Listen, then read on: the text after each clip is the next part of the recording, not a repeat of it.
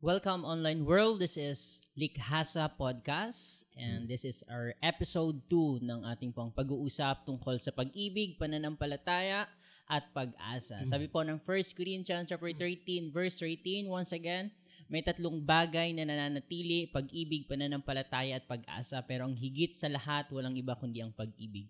Ang layunin po kung bakit namin ginagawa ito ay to encourage everyone, mga kabataan, na makapagpadaloy ng salita ng Diyos tungkol sa pananampalataya, pag-ibig at pag-asa upang palakasin ang kanilang pananampalataya sa Diyos. At kasama ko ngayon si Ella. Pakilala ka Ella ngayon. Hello online world, this is Ella, ang makakasama nyo para makipagkwentuhan, makipagtsikahan at syempre halongkatin ang buhay ng ating mga guest speakers. Yun naman talaga, parang excited ako ngayon. Yes. Kasi parang yung guest natin ngayon, parang kilala ko siya sa faith matindi talaga ang faith niya. Pero susubukan natin ngayon halongkatin ang tungkol sa mga buhay pag-ibig niya ngayon. So anong gusto mong malaman sa kanya ngayon? Ano yung kilala mo siya personally ba? Kilala mo ba siya personally? Sa totoo lang, kilala ko siya when I was in high school. Doon ko siya unang nakilala. And nitong nakaraan lang, nakikita ko siya, nagkakasalubong kami. Kasi nagja-jogging Ayun, may Siguro may may reason na kung bakit rin niya ginagawa.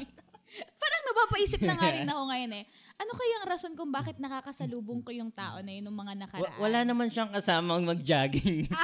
Madalas naman magsolo siya. Yun. And, syempre, usapang pag-ibig tayo ngayon. Sa tingin ko, bago natin halongkatin yung, yung makakasama natin ngayon, feeling ko, gusto ko munang kamustahin yung katabi ko ngayon. Parang nakakatakot yung gusto mong ipunto. Siyempre, dapat malaman din ng guest speaker natin kung ano nga ba yung estado ng buhay natin dalawa pagdating sa pag-ibig. Ayan. Since na-open mo yan, maganda simulan mo. Mabait lang ako na estudyante ngayon. Yun ang pinagkakaabalahan mo ngayon. Wala, single din. Pero, ayan. Hindi naman naghahanap. Hindi naman. Nasa punto na ako ngayon na kontento. Yan ang pinakamaganda. Ako personally, wala naman.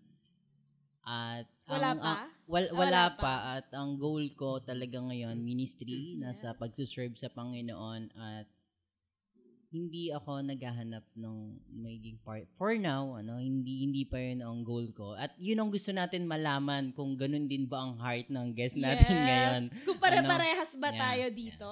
At meron tayong napakagandang dapat abangan ng mga viewers natin sa episode na to. Kasi siguro kilala nyo sa personally, alam nyo mga kwento niya about his faith, about sa ministry na ginagawa niya. Pero sa episode po na gagawin natin ngayon, malalaman natin yung kwento niya na hindi pa nalalaman ng marami. Yun. Parang nakaka-excite, Nakaka-excite na nakaka-pressure. Yes. Kasi pag may kilala tayong public figure, hindi naman lahat ng bagay alam natin. Kung ano lang yung pinapakita nila. Yeah. At lahat ng tao may lihim. Naniniwala ka ba doon? Parang ito yung nakaka-excite dito sa episode natin ito Galingan mo magtanong sa kanya para mahalongkat natin dito. So excited ako ipakilala po ang ating guest sa episode na to. Isa siyang campus missionary, youth leader po ng Harvest Point Fellowship International Next Gen, Labo and Diet. Napakasipag nito, tumutugtog din siya sa church. At nasa youth leader talaga siya, nagpumapasok sila sa mga campus, nagsishare ng God's Word, napakalaki ng heart niya sa ministry ng Panginoon. Pinapakilala ko po sa inyo, walang iba, kundi si Kuya Jen Mark Wanyo. Hello po sa inyong lahat, at good day. Ano bang nararamdaman mo ngayon, Jen? Kumusta ka ngayong araw? Alam mo yung para ka lang na isubo. Kinakabahan ako sa mga tanong ni Jonathan mamaya So, nagkakasalubong talaga po kami ni Mikay. Tama, Mikay, sa pagja-jogging. Pagpapanggap lang po yun. 1 minute na magbi-video ko, tas okay na to. Pang my day na. Balik na. Pang my day lang ang habon pala. So, ang episode natin ngayon, kasi nung unang episode natin ay tungkol sa pananampalataya. Ngayon, naniniwala ako maraming makaka-relate na kabataan. Kasi ang pag-uusapan natin ngayon ay tungkol sa pag-ibig. Pag-ibig. Grabing Yan. pag-ibig yan. Yan. So, handa ka na ba, Jen, na sagutin ang mga bagay patungkol sa pag-ibig? Ang totoo, kinakabahan ako Kasi ako yung, di ba, youth leader, like, Yes. ako yung mahilig magkamusta. Ako yung Yes. hilig magtanong sa kabataan. Pero pagdating sa ibang pag ako palang tatanungin, parang iba pala ang feeling. Tapos ang sagutan pa ni Jonathan na yung mga di pa na isisiwalat. Ano yung soko? Kasi 'di ba pag tayo nagka-counseling, especially pag may mga youth na lumalapit sa atin, may problema sa love, sa ganito. Pero as a youth leader, bihira na sila naman yung isa lang natin sa ganung tanungan. Yes. Anong na-encounter mo sa love? Anong may i-share mo naman sa iba? Kasi madalas yung kwento ng ibang tao ang naririnig natin. Yes. So sa pagkakataon na to, yung kwento naman ni Jen ang dapat marinig ng marami. Anong gusto mong itanong kay Jen about sa love or love life, or anong gusto mong itanong sa kanya ngayon?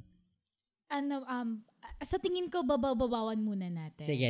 Kamustahin Para na hindi muna naman natin masyadong ang... nakahatsi. Oo ba? Kasi, Kahit naka-aircon, ang init Ayun, kuya. Pinakaunang tanong. Kalmahan mo lang muna. Yes. Kalmahan. Dapat ba talaga? Anong grade mo ba na-encounter yung word na love na yan? Or year? Love, okay. So, And then, i-rephrase natin. sige. Kailan ka unang nagka-crush? Kasi Yan. ganun yan. Kasi nagsi-start daw sa elementary, Yes. Parang related. Puppy love to that. yung... Okay. Fetus pa lang. Joke lang. Joke lang. Nasobrahan ako sa advance.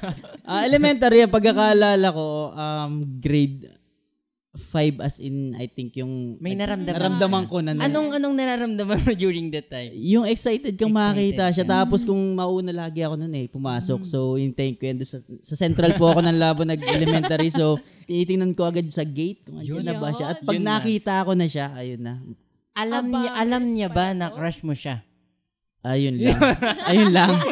Parang di ko ata sinabi nun. Nagpagang paramdam lang kasi maganda siya. Like, siguro na. Nakikita mo pa ba siya ngayon? Ay, hindi na. Hindi na. After ng elementary, graduate wala na. Di ko na alam kung nasan siya. Napapansin ko, parang curious Yeah, ka talaga yeah. pagdating Oo nga eh.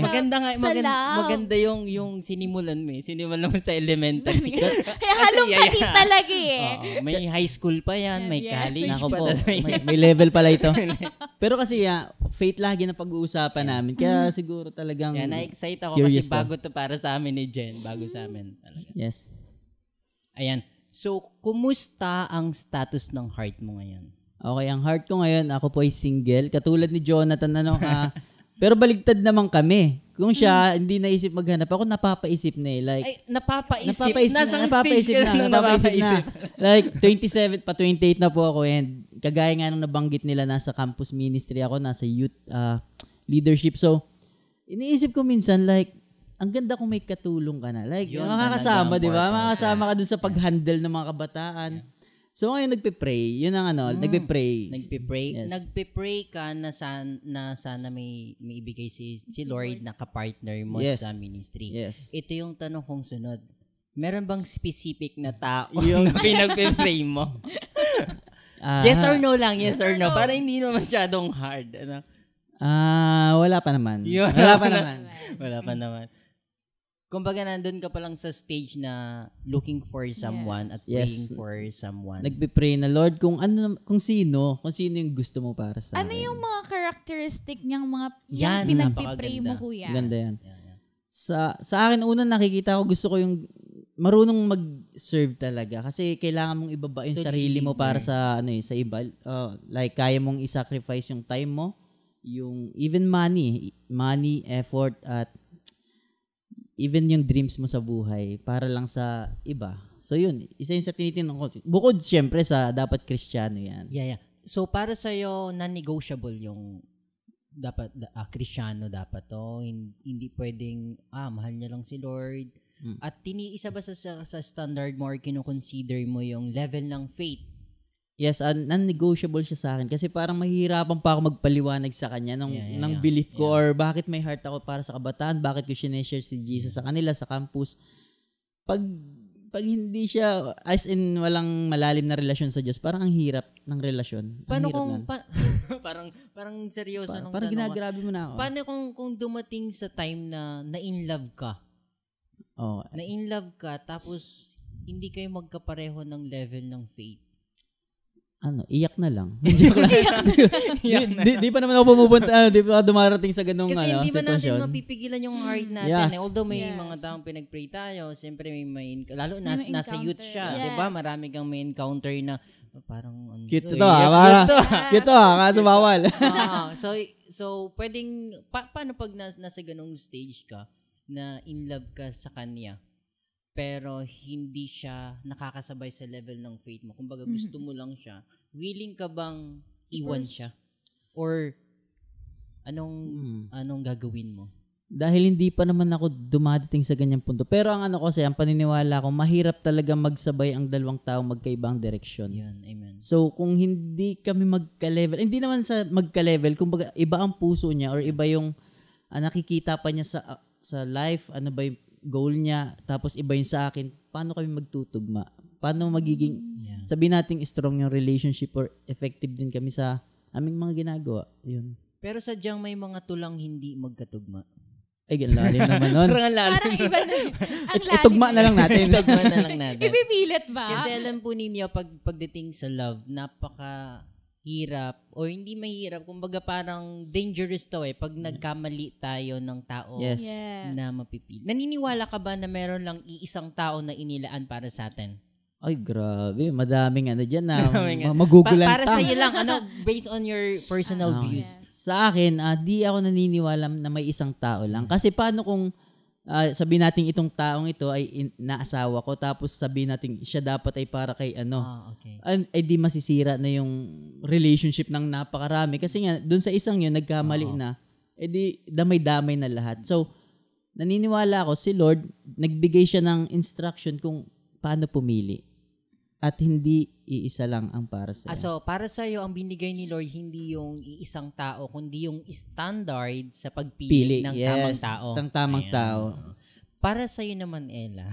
Grabe natin to. Ikaw naman. Parang kinakabahan si Jen. Ako na naman lagi. Ako yung may mga gustong itanong sa inyong dalawa kasi kung Sige. titingnan nyo po, ako ang pinakabata. Tama Ayan. naman. At sa tingin ko, silang dalawa yung kailangan makakuha ko ng lesson when it comes to love. Para saan niya pala tong podcast ako na lang magtatanong. Tama yung tututunan ako dito sa dalawa na to. Okay. Ano yung lesson na nakuha mo, Jen, sa mga experience? Kasi na-in-love ka rin naman, tama? Yes, pumasok ka rin sa relationship, tama? Oo. Nung pumasok ka sa relationship, believer ka na hindi pa? Hindi ko pa na-encounter si Lord that time. At ito nga ang matindi. Yun, matindi to. Ito ang matindi. Malandi po ako nun. Ayun. Grade 6 pa lang nagka-girlfriend na ako. Yes. Alam ba yan ng mga ka-church mo? Alam ba ng iba? Parang nakwento ko na siya kasi kwento? nagtatanong Grade grade 6, 6. Nagsimula lang sabi nung isang classmate namin, crush ka ba ganito? Yung Tapos ako naman, ganun. crush ko din yan. Kayo na. Kami na nun. Kinabukasan kami na. Grade 6 pa lang. Kala mo mag-aasawa na. Pero ang dati, yung sa ligawan, sulatan. Naranasan mo ba yung mga nagpapadala ng sulat? Naranasan ko nung high school Kasi pag may love letter ka, magpapadala ka na, ibigay mo to. Kasi di pa masyadong tayo sa cellphone nun. Wala pang cellphone during that time Naranasan mo din ba yun? Anong way nyo? Paano nyo na-express yung love? Magkasama kayo, naghihintayan kayo sa labas. Dahil mag-classmate naman kami, halos lagi kami nagkikita. Nagkikita kami lagi at yung sulatan siguro kapag either may gift siya sa'yo or ako sa kanya pag mansari, may uso na yun Pero may mansari na. May mansari na nun. Pero malinaw. Malandi po talaga. Pero malinaw sa'yo na may relasyon kayo, malinaw sa inyo isa't isa. Yes. Gaano katagal yun tumagal? Parang isang taon nga yun Parang isang taon. Grade 6, ilang taon yun? Mga 12 years old. 12 years old kami. Ganun. Tapos napunta pa ako sa kasi yung classmate din namin pinsan niya. So kaibigan ko. Kunwari ang pupuntahan ko yung pinsan niya na classmate namin. Kasi kabarkada Pero pag andun na ako sa bahay nila, kasi magkadikit lang ng bahay, nagsisilip-silip ako, andyan ba? Wow, grade 6 pa lang yun mga ganun. So yun. Pero syempre, hindi naman alam ng parents na gano'n. Alam yun. Nalaman, hindi ko, actually ako yung taong nahihiya na parang sinasabi yung ganyan kasi bata pa. Pero nahalata kasi, bakit daw may kinukuha akong stop toy sa bahay? Tapos wala. Binibigay ko kasi doon. So yun, wala pang pambili. Buti hindi dumating sa punto na sabi ng mama mo na wala yung rep Hindi pa naman kayang buhat, hindi pa kaya. Tapos nandun na pala sa... Naalala ko na may binili sa aking sing-sing si mama na silver. Tapos nawala yun. Binigay ko kasi. alam ng Mama, parents. sorry. Alam ng parents mo yung nangyari sa'yo. Hindi ko sinabi na may girlfriend ako. Nahalata lang nila. nahalata Nahalata kasi, yun nga, may nawawalang gamit. Anong naranasan mo? Anong nararamdaman mo during that time na tumatagal kayo? Consistent ba yung nararamdaman mo para sa kanya? Andun yung excitement na masaya kang nakikita siya. Siguro puppy love ang tawag doon kapag una. Like, Pero ang tagal, bata pa naman. Isang taon. Sa bagay, malandi nga. Hindi, isang taon kasi, di naman yung parang di kayo naghihiwalay. Like, may pagbata, pag nagkaaway ka, like, sige, break na tayo. Pero kinabukasan, gano'n later, next month. So, yung 1 year, ang sinasabi kong 1 year ay yung feelings, yung I think. feelings. Tapos, yun. Anong nangyari nung high school na kayo?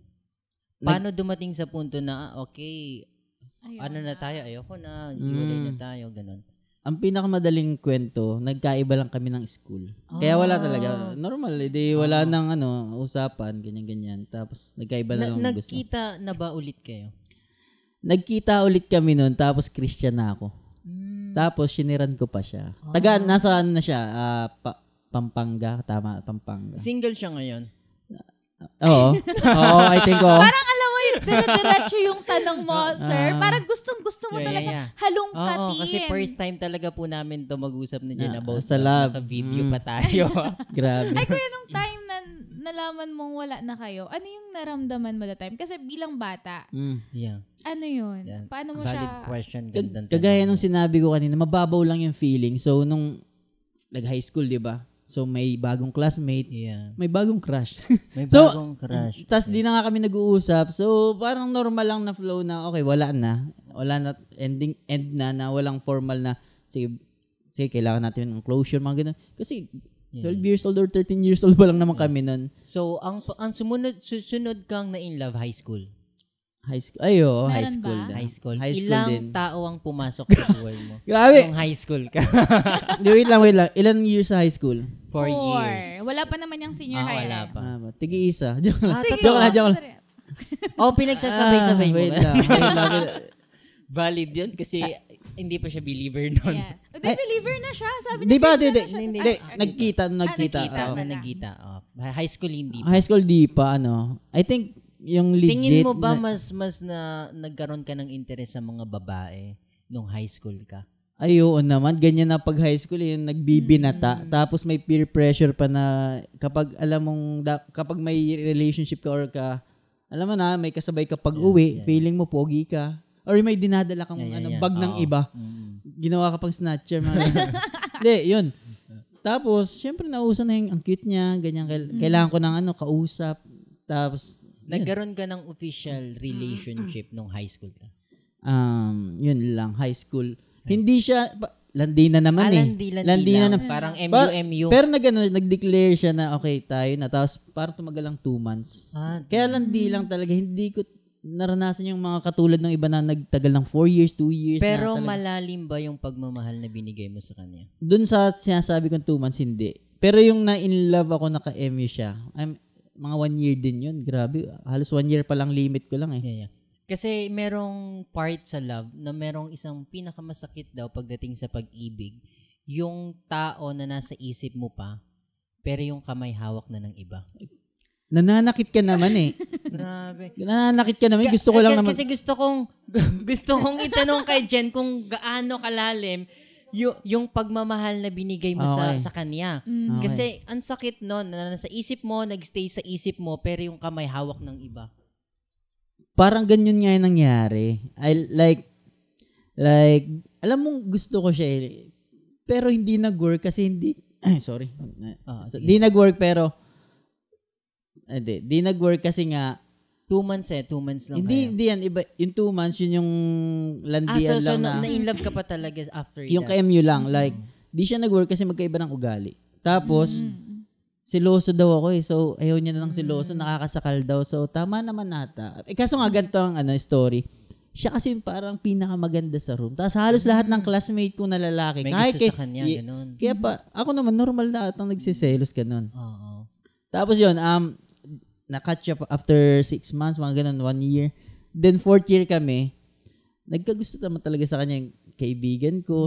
Tapos yun yung sinasabi mo na may feelings ka pero hawak Grabe ng, na. Tingnan mo, naranasan niya pala yun. Ano? ang sabi pa nga nagpapaalam pa sa akin ng kaibigan ko. Like, Pero alam niya na nag-uusap kayo ng babae na to. alam niya na nagkaroon ng MU. Pero alam niya di natapos na. Kaya nagtanong pa, Jan, pwede ba? Pwede ba kami? Ganyan. Buti naman alam niya kasi merong mga part na tinatawag na muntik ka ng minahal. Akala mo ikaw yung mahal yung kaibigan mo pala. Aray, Yun. mas masakit yun. Parang napapansin ko nga sa mga oras Parang na ako ito, dapat parang ang guest gusto ko dito. Ako na lang ata magtatanong sa'yo. Palito kami. Palitan na tayo. Hindi, kasi sa campus po, nagtuturo din kami puso movement.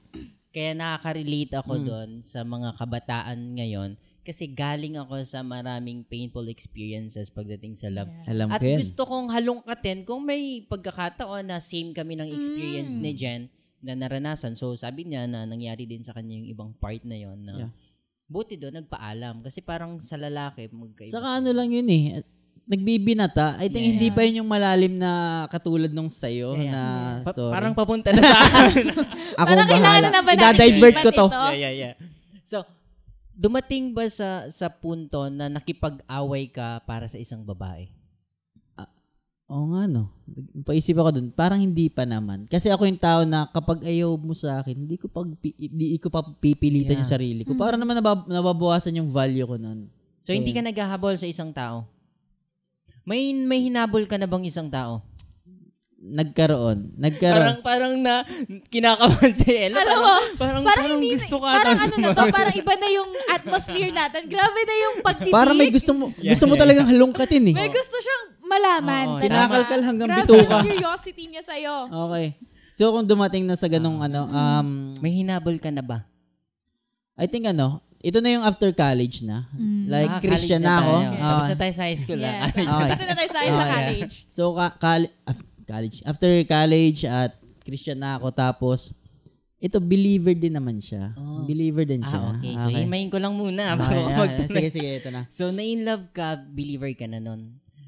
Narinig mo na ba yung halimbawa ang nagpipreach tungkol sa love, dapat pinagpipray muna? Yeah. Nandun ka na sa stage na yun na pinagpray mo siya? Yes, alam ko yung mga about sa love. Okay. About sa ano yung dapat, like Christian ba yan? Pinagpray mo ba?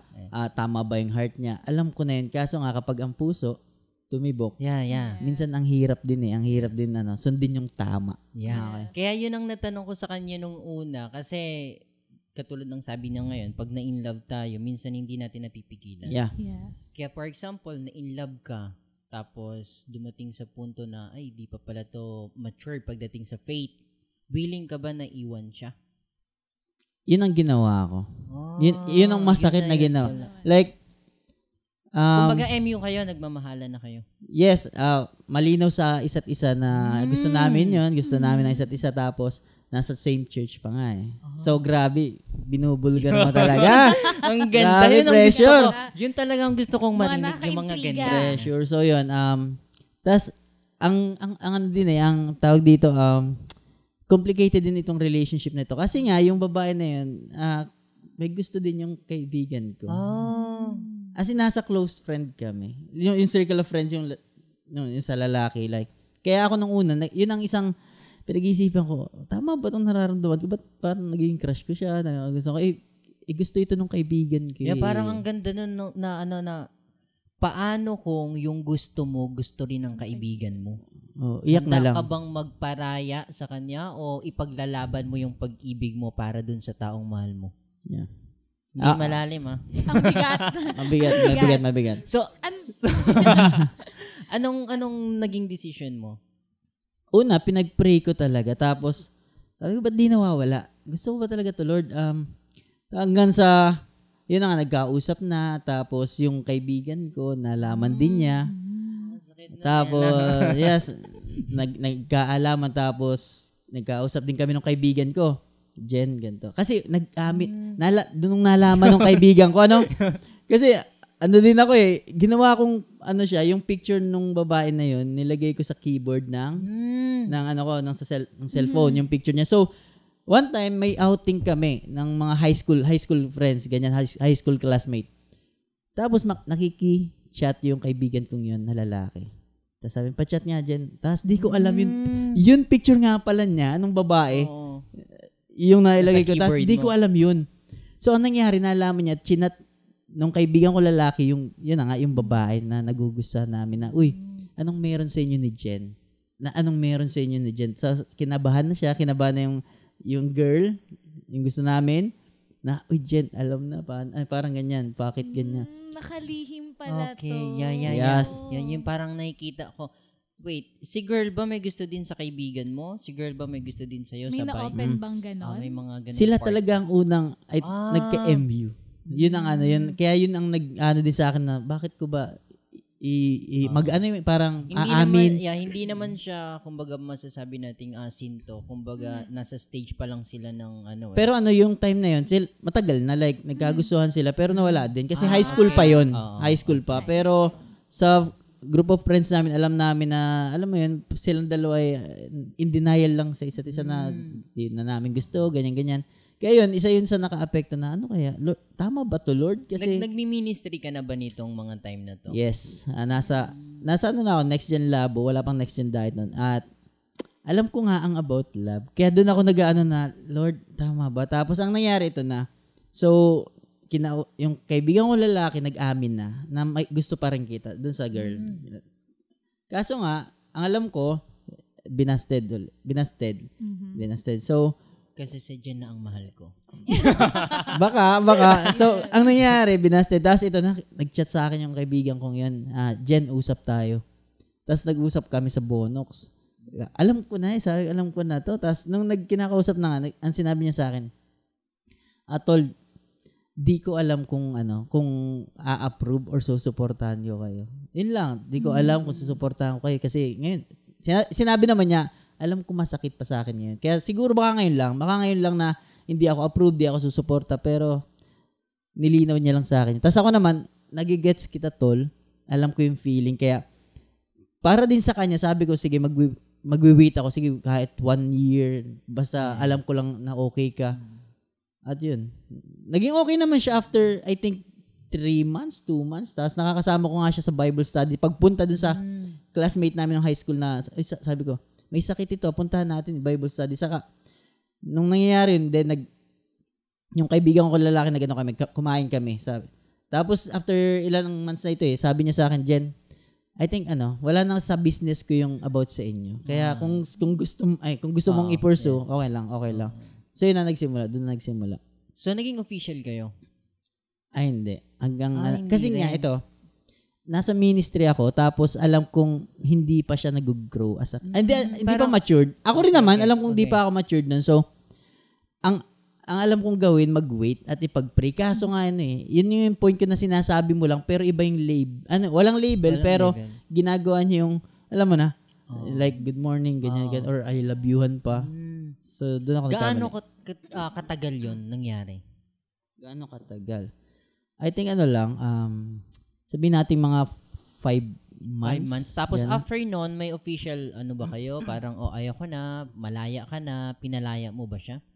Yun ang nangyari kasi, nawala yung peace. Napakaseryoso na nito. Alam mong hindi kalooban ni Lord kapag walang peace. Yes. At nung time na yun, bakit parang, Lord, walang peace? Bakit parang nauubos lang ako? Hindi rin kasi nagtutugma yung ugali namin. Talagang parang kami yung aso't pusa na lagi magkaaway. So, walang peace. Tapos, biglang, one night, nagbabasa lang ako ng Bible. Biglang dun sa Bible, nabasa ko about sa story ng Israelites na inutusan ng Diyos, palayain nyo na yung mga alipin nyo. Palayain nyo na. habang binabasa ko yun, ang pumasok sa isip ko siya na nangungusap si Lord, palayain mo na. Kasi hindi pa niya kalooban at hindi pa oras nyo. At nawawala na yung peace eh. So ako noon, gabi na yon, talagang alam kong ito na yung galing kay Lord. Nag-compose na ako ng chat. Parang long message na yan. Talagang long. Oo, naku. Long, oo. So, after nun, sinend ko, then nag-start na, yun na, nasaktan, nagkasakitan, sabi siya, ang sakit nito dyan, ganyan-ganyan. Tapos, kinabukahan. Ang weird naman, kasi kinamagahan nun, pagpasok ko ng trabaho, grabe naman yung peace. So, alam kong galing kay Lord, or gusto ni Lord, may peace eh, like, andun ako, ang sarap lang nung kapayapaan na-miss ko. Yes. Tapos kaso ito pa, may may twist. Plot twist kasi pinalaya ko, 'di ba? Sabi ko end na. Kaso nga kapag ang puso medyo taksi lang. Nagdududa na naman ako, sabi ko parang nanghinayang ako, paano kung ako yung mali? Paano kung Lord siya talaga tapos ako lang yung may problema? Hindi, ipurso ko na ulit. Ang nangyari ganito, yung si girl binigyan ulit ng chance yung nung time na inend ko. So, ako naman, aray, ang sakit pala. Ang sakit pala nun. So, yung sinatanong mo kanina kung naranasan ko ng magsumubok na habulin, I think ginawa ko siya for ilang weeks. Weeks lang, kasi masakit eh. Tapos, nung nag-decide na ako, Lord, ayoko na. Ang sakit na nito. Then yun na. Doon na talaga, diniretso ko na. At yung peace bumalik. At, yun na po. After nung nag-message ka sa kanya, dumating pa sa punto na parang baka may pag-asa pa ulit tayo. Yun na, kung bakit ako nag-chat sa kanya, like, iniisip ko. Umaasa ka pa rin. Iniisip ko pati, kaya ko pang ibalik ito. I think dahil ako ngayon nag-decide din na i-end na, I think papayag siya naman na ibalik. Yeah, may nakita kong linya para kay Jen. Yun na. Pwede bang ako na lang ulit?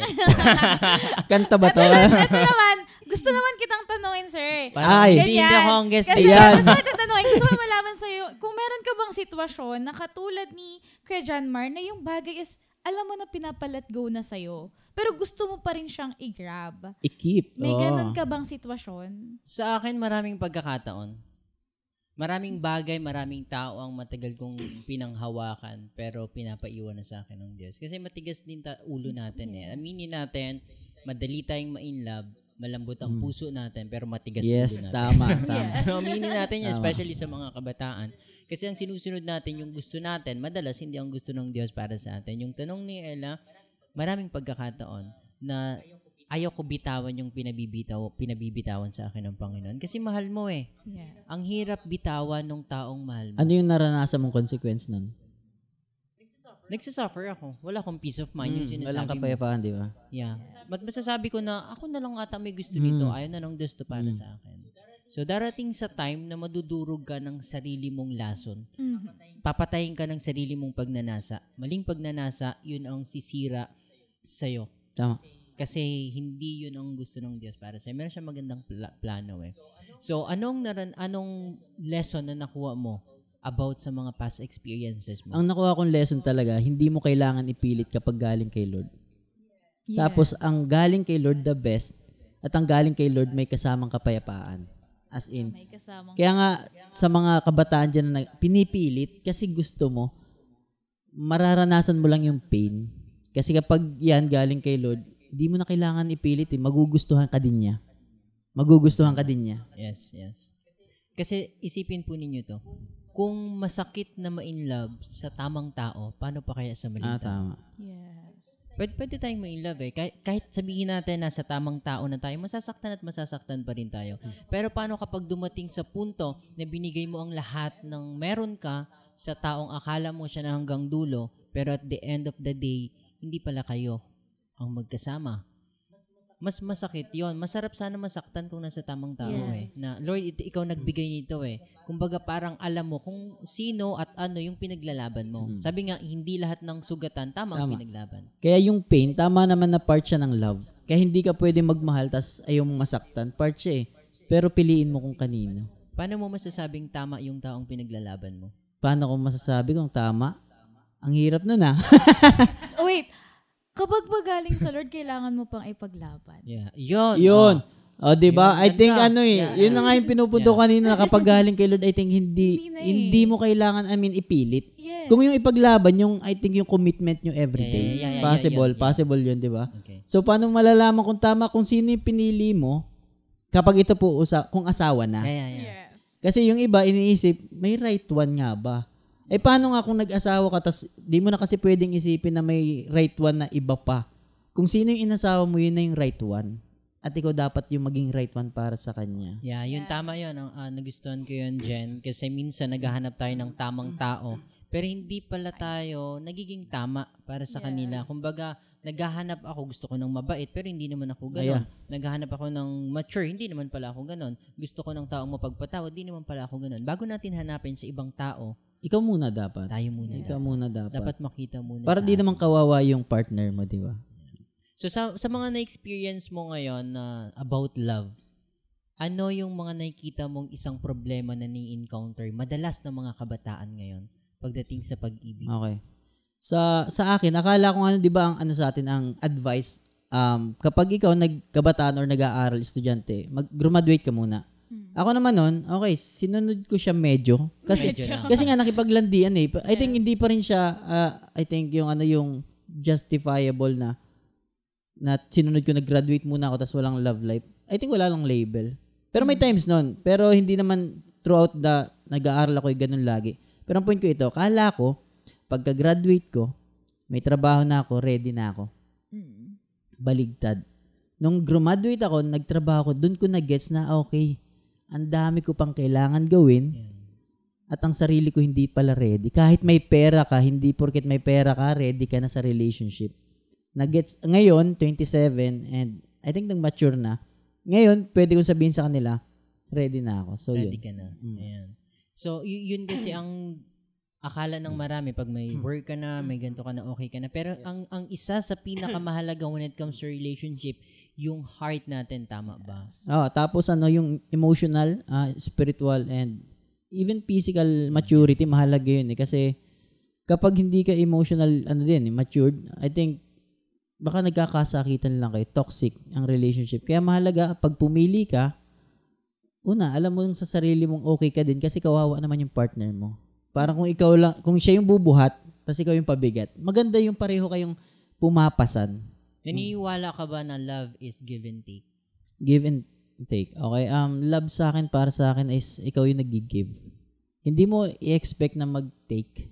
Kasi normally naman, kapag mahal ka din ng partner mo or kung sino man yan, mag-give din yan Kaya ang focus mo mag-give at wag mo nang isipin yung take kasi normally ibibigay din niya yun sa'yo. Yeah. Yun ang nagiging problema madalas kasi ngayon sa kabataan. Gusto nilang maka-receive ng Take love. and take. Yeah. Gusto nila gusto ko to, hindi mo pinaparamdam sa akin. Di ba binati kita good morning, ba't di mo ako binati? Tapos yun pati ang ginagawa nilang parang ideal ng relationship na dapat binibigay mo sa akin yung mga gusto ko. Yeah. Na imbis na ikaw yung nagfo-focus, ano Tama. nga ba yung pwede kong ibigay sa kanya? Amen, yes. Huwag mong isipin ano yung gusto mong matanggap. Ang isipin mo, anong gusto niya na pwede mong maibigay sa kanya. Parang lately ko lang ata ito nabasa sa Facebook or kung saan. Ang love talaga is seeking someone's happiness lagi.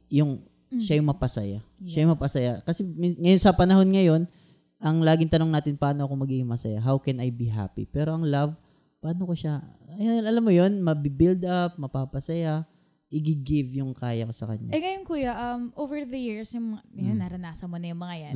What is your definition of love? Love, okay. Diba, ang ganda. Ganda niyan. Ang love para sa akin talaga, si Lord. Amen. Kahit anong isipin ko, God is love. Kasi kung isipin ko si Lord yung unconditional na nagbibigay nun. Tapos si Lord yung mismong love na hindi siya yung selfish. Kaya nga, for God so loved the world that He gave. So, yung pagmamahal ng Diyos nagbibigay. So, ang love para sa akin ay commitment, pagbibigay, at sacrificial talaga. Sacrificial. Para sa'yo, Ella, anong love? Oo nga, Ella. Sa ilang taon ka na, Ella? 22 po. 20. Sige, isang 22. Isang Ano ang 22. definition ng love para sa'yo? Well, sa akin ngayon, same lang dun with Kuya Jen. God is love. Yes. Kasi, pagdating din naman sa relationship, I mean, kanina iniisip ko na when God is in that relationship or God is love, parang lahat ng good things nandun. Lahat ng mga nakakabuti gusto mo ilagay doon. Parang hindi mo talaga gustuhin na mapasama yung love. Ngayon ba? Hala. Ito tanong natin eh. Sige, Ako naman. At the moment ba? At the moment ba? May love life ka? Wala po. Pero nagmamahal ka ngayon? Kung pagdating sa term na nagmamahal, yes po. And may special someone. Yun na lang, special someone. Okay. Yan, wala yan. Pero when it comes to nagmamahal, ngayon kasi, ang gusto ko ngayon i-prioritize is my family. And even yung mga kasama ko ngayon sa church, yung tinatawag na kasal group, I wanna treasure those girls. Kasi masyado ako na-inspire sa kanila pagdating sa love. They're really waiting dun sila sa part na gusto nilang intayin talaga yung binibigay ng Lord. Kasi ako, katulad mo, may kalandian din. Kalalandi pala tayo dito. So, kayo lang muna umaamin, hindi pa ako. Sorry. Si Jonathan kasi safe pa to eh. Sorry, malandi po. Kaya gusto ko munang matutunan yung mga, mahalin yung mga tao na yun. Bago ko siguro ipag-pray na yung tao naman na yun. Yeah, pero syempre, bago ka dumating sa punto na yan, hindi naman ganyan talaga yung mindset mo dati, tama? Yes. Yan. Dumating ba sa punto na nagsisik ka ng love sa ibang tao? May hinabol ka na bang tao? Tulad ng tanong natin. Yun. Aray ko. Anong kaya mong ibigay sa ngalan ng pag-ibig? Anong kaya mong isakripisyo alang-alang sa taong mahal mo? Dumating na ako sa punto na yan. Parang lahat eh. I mean, kaya ko i-give up yung family, yung education. And then, katulad nga ng sinabi mo kanina, na kapag hinabol mo yung mali, para kang lalasunin talaga yan. Masakit at masakit at masakit. Mabigat. Na hanggat hindi mo nila-let go, masasaktan at masasaktan ka lang. And katulad ng nangyari sa'yo, kuya, nung time na talagang hindi ko na kaya at nilet go ko na siya, ang talagang na-receive ko na lang is peace. Yun yung sabi ko, okay. Kapag hindi pala talaga galing sa Lord at hindi pala para sa'yo yun, huwag mo i-grab kung ayaw masaktan. Mahilig kasi natin ipilit yung gusto. Yes. Kaya nasasaktan. So, ang ganda, So, last message mo, Jen, para sa mga kabataan na pumapasok sa relationship or nagsisik ng love, anong godly advice na mabibigay mo sa young generation ngayon when it comes to love based on experiences na meron ka? Sa akin, ang may bibigay ko na advice sa love is, kailangan nyo maranasan muna yung pag-ibig ng Diyos. Kasi kung hindi ko alam kung ano nga bang feeling, sige, anong pakiramdam ng iniibig ka talaga, ng tunay na pag-ibig, at ano yung definition ng love, mahirapan akong magmahal eh. Kasi ang pwede kong isipin about love is kung ano yung sinasabi ng mundo. Yes. Na ito yung dapat napapasaya ka lagi. Na ito dapat yung walang kasamang pain. Kasi kung meron, baka isipin nila, hindi siya para sa akin kasi nag-aaway kami. Which is normal naman. Nasasaktan niya ako. Ang advice ko lang sa kanila, kilalanin niyo muna yung mismong source of love at embodiment ng love. Kasi sa 1 John yun, tama ba, Pastor Jonathan? Yung God is love. Yeah, 1 John 4:8. Yes. So God is love. If you want to love others truly, kailangan ikaw muna eh. Like, alam mo ba talaga na mahal ka ng Diyos? Yun eh. Alam mo ba na mahal ka talaga ng Diyos at yung pag-ibig niya ay yung kayang ibigay yung mismong pinakamahalaga sa Kanya. Yun yung si Jesus, yung Kanyang anak. At para kung ikaw na nangangailangan ng love, naglo-long ka for love, ang good news, kayang-kayang ibigay ni Lord yung longing mo. Siya ang magsasatisfied. At ang isang pusong satisfied, yun yung pusong healthy na kaya magmahal ng tunay. Amen. Ang ganda nun. Tama. Ang pag-ibig lang na maibibigay natin sa iba, yung pag-ibig lang na tinanggap natin. Ang pag-ibig lang na maibibigay natin sa iba, yung pag-ibig lang na naranasan natin. Yes. Ang pag-ibig lang na maibibigay natin sa iba, yung pag-ibig lang na nauunawaan natin. Yes. Kaya sa mga kabataan, dapat maintindihan natin ano ba yung pag-ibig ng Diyos. Hindi mo mararanasan yung tunay na pag-ibig sa ibang tao hanggang di mo naranasan ang pag-ibig ng Diyos.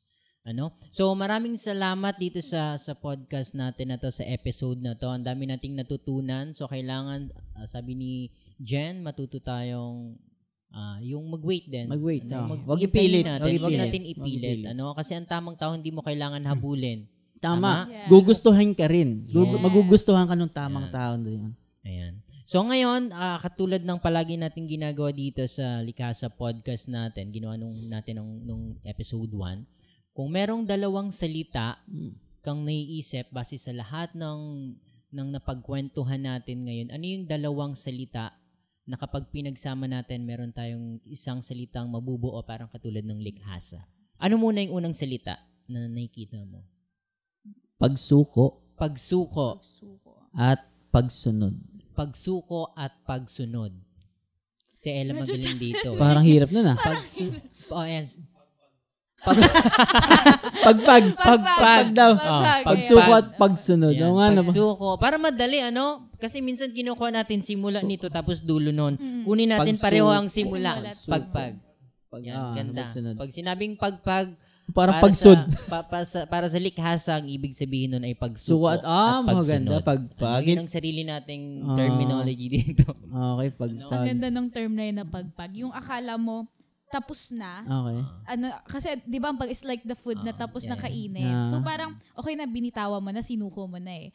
Pero pag, parang may gusto ka pang gawin, may pinapagawa pa, yung pagsunod, mas masarap. Kasi di ba ang alam ko, pag nandun yung linamnam, nandun yung lasa, Diba, kasi buto. uso rin yan dati. Yes. Yun. Salamat. Magaling itong batang to. Isa-set natin pala dito si Derek sa sunod. Yes. Ipapaupuin natin dito for half day na podcast. Yes. Ang title, ang direct ang nagsalita naman. Oo. Ganun. Si Derek ang Denerek. Yeah. Si direct ang na-hot seat. Sige po. Sinimula ni Ella. Ella, paano mo napapaliwanag? Pagpag.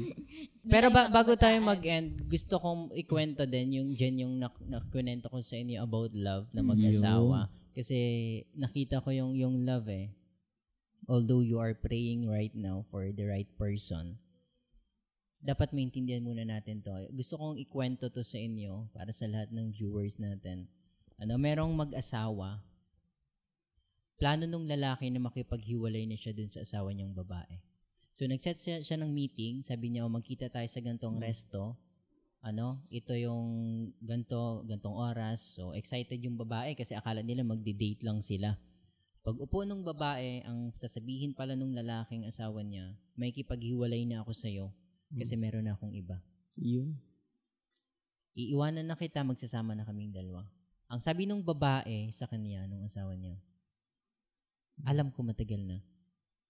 Alam ko for almost 1 year, lumalabas kayo, nagkikita kayo, nagsisini kayo, lahat ginagawa mo. Nakikita ko lahat yon, pero hindi kita iniwan. Kasi mahal kita. Kumuha ng kapirasong papel yung babae, inabot dun sa asawa niya. Ang nakalagay dun sa sulat, sabi nung sulat, yung babae ay merong sakit na terminal leukemia, wala nang lunas na sakit, at 1 year na lang yung taning ng buhay niya. Nagilty yung lalaki. Ang ginawa niya, umuwi sila, nilagaan niya yung asawa niya hanggang mamatay. Pero habang inaalagaan niya yung asawa niya, mas lumalim yung pagmamahal niya dun sa asawa niya.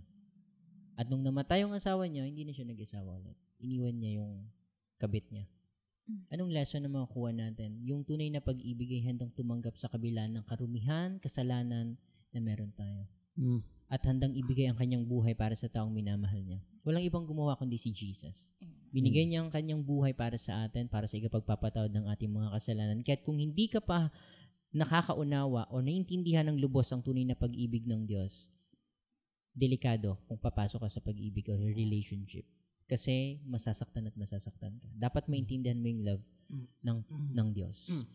So ngayon, last part tayo, Jen. Kung merong 3 tao na gusto mong maging guest at umupo sa kinauupuan mo ngayon, sino-sino itong mga taong ito?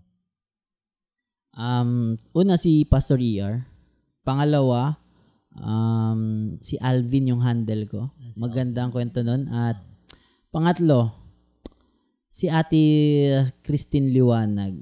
Isa siyang business owner pero maganda yung story din about kahit sa love yun eh. Yung ganun. Okay. Anong message mo sa kanilang 3 ngayon? Ang message ko sa kanila, mag-ready na kayo. Yun lang, mag-ready na kayo. Ayan. Ayan. So maraming salamat sa iyo, Jen, na naniniwala Yes, ako na merong magandang layunin ng Diyos kung bakit nandito ka ngayon at maraming kabataang nakakarinig sa atin ngayon.